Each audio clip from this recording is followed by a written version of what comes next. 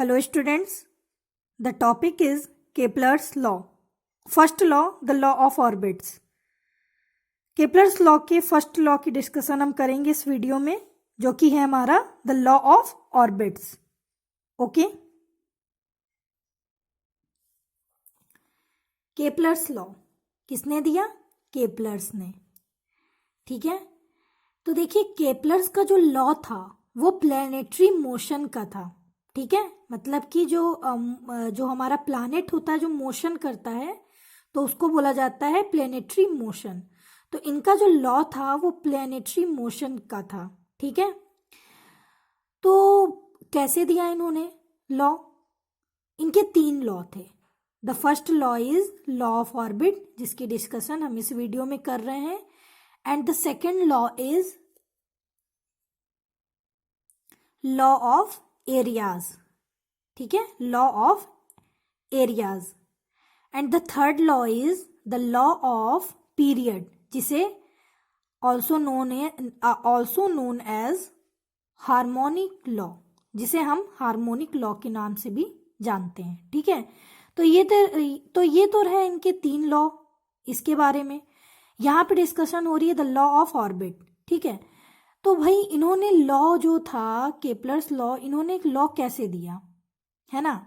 बहुत से ऑब्जर्वेशंस हुए एस्ट्रोनॉमिकल ऑब्जेक्ट के बीच में, और या फिर अर्थ और सन के बीच में, है ना? अर्थ और सन के बीच में ही इनका लॉ था तीनों. अर्थ और सन के बीच जितने भी ऑब्जर्वेशन हुए थे, इनके तीनों लॉ उन्हीं पे बेस हैं. ठीक है, उन्हीं पे बेस्ड हैं. और जो है फिर जो ऑब्जर्वेशन हुए उसकी जो है एनालिसिस हुई. ठीक है, ऑब्जर्वेशन की एनालिसिस हुई, जिसको बाद में रिकॉर्ड किया गया. ठीक है, तो इस तरीके से इन्होंने लॉज दिए थे अपने. ठीक है, ठीक है, the law of planetary motion. ये जो लॉ था ये प्लैनेटरी मोशन का लॉ था. ठीक है, तो ये एक पॉइंट यहाँ पे लिख दिया मैंने. फिर दूसरा पॉइंट है कि on the basis of analysis of the observation of astronomical object. जो एस्ट्रोनॉमिकल ऑब्जेक्ट थे उनकी जो ऑब्जर्वेशन हुई थी, फिर उसकी एनालिसिस हुई थी, उसके बेस पे ये लॉ दिया गया था. ठीक है, या फिर हम ये भी कह सकते हैं कि the large number of observation between earth and sun, क्योंकि इनके जो तीनों लॉ हैं वो अर्थ और सन के बीच में किए गए ऑब्जर्वेशन के बेस पर ही हैं. ठीक है, तो हम ये भी कह सकते हैं कि the large number of observation. ठीक है, तो हम ये भी कह सकते हैं कि the large number of observation between earth and sun. तो अर्थ एंड सन के बीच में जो लार्ज नंबर ऑफ ऑब्जर्वेशन थे उसके बेस पे भी केपलर्स लॉ दिया गया. तो ये तो हो गया हमारा इंट्रो. अब हम देखेंगे इसको कैसे डिफाइन करते हैं केपलर्स लॉ को, एंड इसका डायग्राम के बेस पे हम केपलर्स लॉ को समझेंगे. ओके, देखिए फर्स्ट लॉ हमारा क्या कहता है? According to this law, very simple, planets are moving around the sun in elliptical path. The sun is placed at one of its focus. ठीक है, नहीं समझ में आया? डायग्राम के थ्रू अच्छे से समझ में आएगा. ठीक है, तो डायग्राम हम आपको शो कराते हैं. डायग्राम से देखिए और समझिए. देखिए अकॉर्डिंग टू दिस लॉ क्या कह रहा है हमारा कि planet are moving around the sun in elliptical path. ठीक है, अब ये डायग्राम को आप देखिए, ये हमारा क्या है? एक एलिप्टिकल पाथ है. ये हमारा एक इलिप्टिकल पाथ है. तो इसमें जो हमारा प्लैनेट है, ठीक है, यहाँ पे देखिए ये एरो बना के ये जो पॉइंट सा है इसको प्लैनेट दिखाया गया है. ये जो हमारा प्लैनेट है वो क्या कर रहा है? वो जो है मूव कर रहा है अराउंड द सन के अराउंड मूव कर रहा है इलिप्टिकल पाथ पे. ठीक है, और जो कहाँ पे प्लेस्ड है, जो सन कहाँ पे प्लेस्ड है, उसके एक फोकस पे प्लेस्ड है. ठीक है, उसके एक फोकस पे सन सिचुएटेड है. ठीक है, जो सन है, सन एक जो है, कहने का मतलब ये है कि ये हमारा इलिप्टिकल पाथ है. तो इलिप्टिकल पाथ में 2 फोकाई होती हैं. ठीक है, 2 फोकस होते हैं जिनको फोकाई बोलते हैं. ठीक है। तो इलिप्टिकल पाथ में हमारी 2 फोकाई होती हैं, ठीक है। 2 फोकस होते हैं, इसीलिए हम उनको फोकाई बोलते हैं। तो इसमें हमारा एक फोकस एस है और एक दूसरा फोकस हमारा क्या है, एस डैश। तो इसीलिए ये हमारी फोकाई है। ये हमारा इलिप्स पढ़ा है ना, इलिप्स, तो इलिप्स ही है, ये हमारा इलिप्टिकल पाथ है, ठीक है। तो इलिप्टिकल पाथ में फोकाई एस और एस डैश है, तो जिसमें एक फोकस पे हमारा सन प्लेस्ड है, ठीक है। हमारे एक फोकस में हमारा सन यहाँ पर है, प्लेस्ड है, और उसी के अराउंड जो हमारा प्लैनेट है वो मूव कर रहा है, ठीक है। बस इतना सा ही फर्स्ट लॉ में बताया गया है, ठीक है। तो यहाँ पे जो है देखिए, ये जो पॉइंट है हमारा ए पॉइंट, ठीक है। तो ये जो बाहर ये हमारा ए से बी पॉइंट है, ठीक है। ए टू बी पॉइंट की जो है डिस्टेंस क्या है, 2a। ए से बी तक की दूरी, ए टू बी की डिस्टेंस क्या है, 2a। And M to N की डिस्टेंस क्या है, एम से एन की जो दूरी है वो क्या है, 2b है, ठीक है।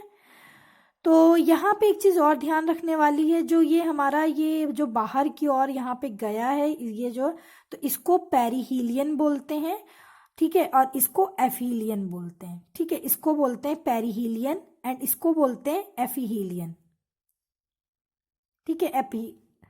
तो अच्छा, ये हमारी जो है ये दूरी हो गई 2a एंड ये जो है 2b। तो यहाँ पे जो है जो ए बी हमारा जो 2a है, ठीक है। ए से बी तक की दूरी, ए टू बी डिस्टेंस हमारा 2a है, जिसको मेजर एक्सिस बोला जाता है।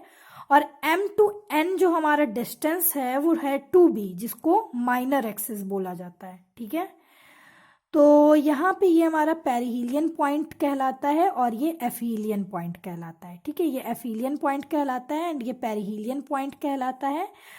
तो देखिए यहाँ पे जो है बाकी सब तो आई होप जो है आई थिंक मैंने ये सारा बता दिया। तो यहाँ पे जो है जो फर्स्ट लॉ है, तो फर्स्ट लॉ हमारा यही कह रहा है, ठीक है।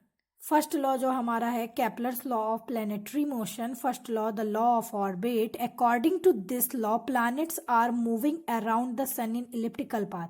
हमारा जो प्लैनेट है वो जो है सन के इलिप्टिकल पाथ में मूव कर रहा है।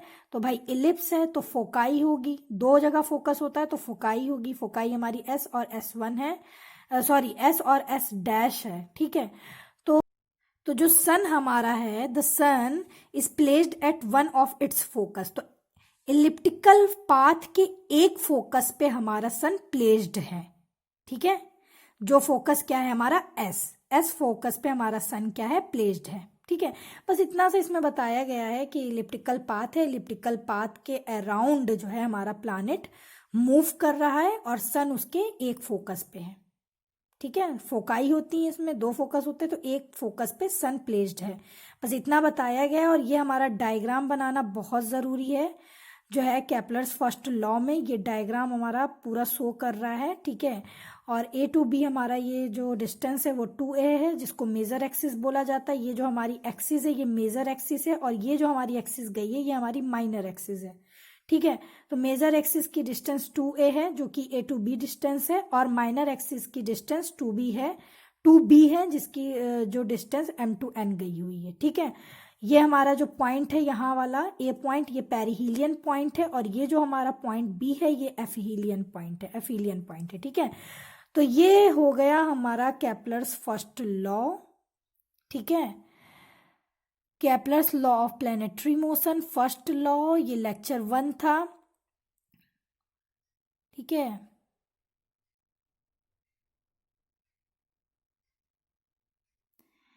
तो आई होप आपको केपलर्स फर्स्ट लॉ जो है समझ में आया होगा। एंड इस लेक्चर में बस इतना ही। आगे के जो हमारे लेक्चर्स हैं, आगे की जो हमारे 2 लॉज हैं, the law of period and the law of areas, उनको हम आगे के लेक्चर में डिस्कस करेंगे, ठीक है। अभी के लिए इतना ही। Thank you.